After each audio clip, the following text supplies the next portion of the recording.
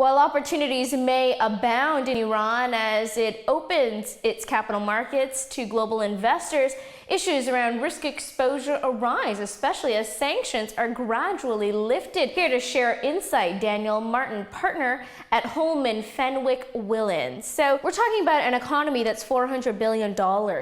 Right? So lots of opportunities there, but Europeans are just one of many who are gunning to get in there. Are they more competitive than the pack? I think here really you're looking at a number of different sectors of the Iranian economy. Clearly you're looking at oil and gas, you're looking at infrastructure, but you're also looking at a very large and sizable middle class who are looking to buy consumer goods. So really the people who have the advantage are potentially those who've got the relationships, but even those who've got the brand recognition, who really want to develop the markets. And I think what we'll see is once the sanctions issues are resolved, and there are a number of different hurdles to be overcome, but there'll be a significant move towards exploring these Iranian markets, and it is a huge opportunity. We're talking about $250 billion in opportunity costs in the oil and gas sector.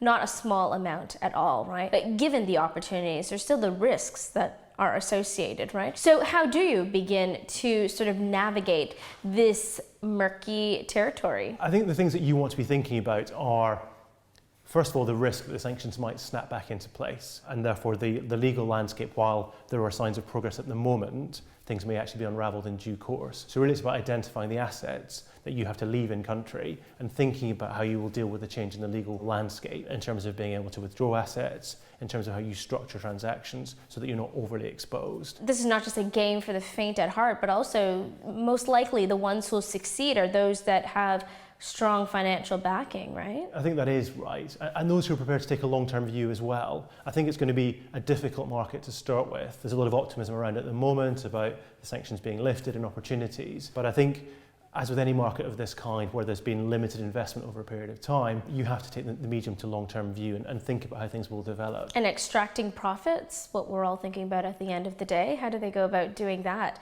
especially if sanctions are started, stopped? I think it's going to be quite a difficult balance there. I think there will be lots of opportunities, but there's also going to be a lot of competition. There are a lot of people who are looking very carefully at Iran and trying to identify the options. So I don't think it's necessarily going to be a hugely profitable area in the short term. But as I say, I think it's more about a question of taking a longer term view. We saw Russia go through this a few years ago. Russia is still, to many, a high risk area. So for those who can't stomach the idea of entering into these sorts of marketplaces, tell me, what sort of advice could you give them about sanctions and how to sort of mull over the prospect of having to leave items behind? What we always say to the clients is you have to have a plan in mind, and you almost have to prepare for the worst case scenario and think about what the assets are, how you will migrate the risk. What do you have to expose at the beginning? How do you protect yourself in the future? For example, it's about identifying whether you are prepared to do due diligence on all of your counterparties and really understand the nature of the links, whether you're prepared to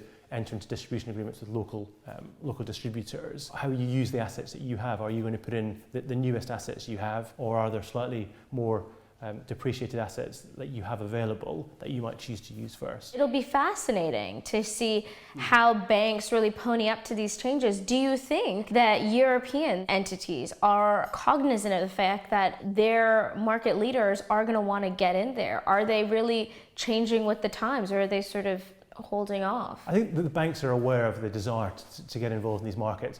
We're in a slightly difficult state at the moment because we're waiting to see whether the US Congress will approve the Iran deal. And I think once we get a few more stages down the pathway to that deal being implemented, we'll be able to get a much better sense of the bank's attitude.